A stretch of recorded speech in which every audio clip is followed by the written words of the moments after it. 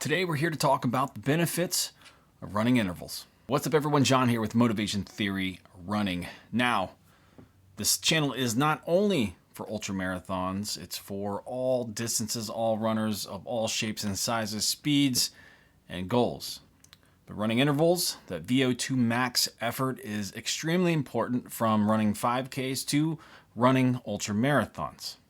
Hear me out. So let's first kind of define what a running interval is. Well, these are going to be your lung burning max effort type VO2 max runs, where if it's a scale of 1 to 10, these are going to be 10s. They're going to be 90 plus percent of your VO2 max. These are the ones that hurt. But luckily, because they're done at such high intensity, they're not done for a very long time. We're going to break them up with intervals, hence the name. So we will spend a little bit of time at high intensity, then recover, some time at high intensity, and then recover, and do that over and over based on your goal, your running background, how advanced you are as a runner. These are going to run between probably 12 minutes and 24 total minutes at intensity when you're doing a running interval. So if you're doing something like a 90-minute workout, like an endurance run, you're going to throw in these running intervals in the middle. You're going to do something like at 9 or 10 effort for say 6 reps. You're going to go 3 minutes at that max effort, then rest 3 minutes. 3 minutes at max effort, rest 3 minutes. Or it could be 1 minute. It could be 1 to 3 minutes, 1 to 4 minutes. Again, this is dependent on the plan that you have, the training you're doing. But roughly that's what it's going to be. It's going to be a 1-for-1 effort, and rest time is going to be the same, whatever it is that whatever the makeup of that training is going to be for you. So when you're talking about these efforts, this 1 through 10 effort, you see a lot of different ways. You'll see rating of perceived effort, rate of perceived effort, rating of perceived exertion. There's going to be a lot of different ways, but basically it's the amount of effort that you're giving at a certain run. So if you're, again, VO2 max is going to be 10.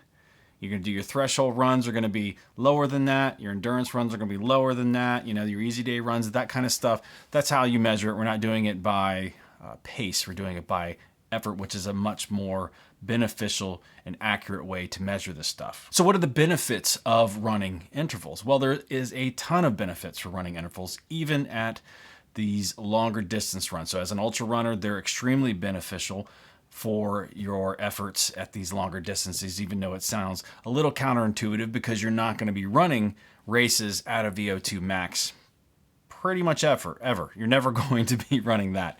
There may be some elites that hit that, but your mere mortals are never really going to hit their VO2 max unless maybe they're running from an animal or something like that, which is unfortunate, but it's absolutely okay in that event to be hitting that VO2 max effort, but not any other time. You don't want to hit that in a unless you're sprinting to the finish. You don't want to ever hit that. So you're going to help improve your heart stroke volume and your cardio, your max cardio output. In addition, you're also going to improve your blood plasma volume, which is going to help you deal with heat, running in the heat in the future, because that's increasing your blood capitalization, which increases the amount of oxygen that you can pump out through your blood to those working muscles when you need them. And if that isn't enough, there are more benefits like improving your running economy. That amount of energy that you're using to get from point A to point B, your running economy is extremely important in ultramarathons. It's not just those shorter races. It's going to help improve your climbing economy. And we'll get to why that is, but it's going to improve your climbing economy. So again, that energy that is expended to get you a certain amount of vertical feet over a certain time, that being improved in ultramarathons, I don't think I need to even tell you why that's important. And it's going to have positive impacts on your muscle tension, your speed, and your ability to handle those kind of really tough efforts. You're going to build that mental toughness, that ability to handle pain, a lot of pain at those higher levels. So you got to think, if you're really pushing hard up a climb, and the higher your VO2 max is, the the more in shape, the more fitness you have is only going to make things easier. And again, like I said, so while you're never probably ever going to hit that kind of VO2 max level in an ultra, the benefits lie in those physiological and cardiovascular adaptations. And just so we're clear, these running intervals are not about speed when it comes to ultra marathons. It's more about intensity level. So, when you're having a training block, say you're working on least specific to the race. So if you're training for, say, something like a 50K or a 50 miler, the beginning of your training block is really going to be concentrating on your running intervals, your speed, that type of stuff. And then you're going to go into the lactate threshold part of the training. And then as you move more closer to the race, you're going to be more specific. That endurance is really going to be worked on just before the race. So the beginning, that VO2 max time period is where you're going to be building all those adaptations, the getting your body adapted to those higher level efforts. So again, it's about intensity, not speed. That's why I'm suggesting that you do your running intervals uphill. This is not about trying to go as fast as you can. This is about trying to get your body pushing towards that intensity, that level 10. It doesn't matter about the speed. It's the intensity that you're pushing at. That's why you wouldn't want to do these running downhill. It'd be very hard to hit that 10 level of effort going downhill or even flat on a track. That's why running uphill is so beneficial. So first and foremost, you're going to have less impact. Anytime you're increasing speed, you're increasing the ground reactionary force on your feet, up through your leg, through the kinetic chain, that helps you increase the potential for injury. And we're trying to not do that. And so because the goal is not speed, it's about intensity. We're running uphill. The ground reactionary force is a lot lower running uphill. Therefore, you can get to those max level efforts much easier going uphill than any other way. And again, in ultra marathons, climbing is extremely important most of the time, if not all of the time. A lot of these ultra marathons are going to have a climbing aspect to them on the trails.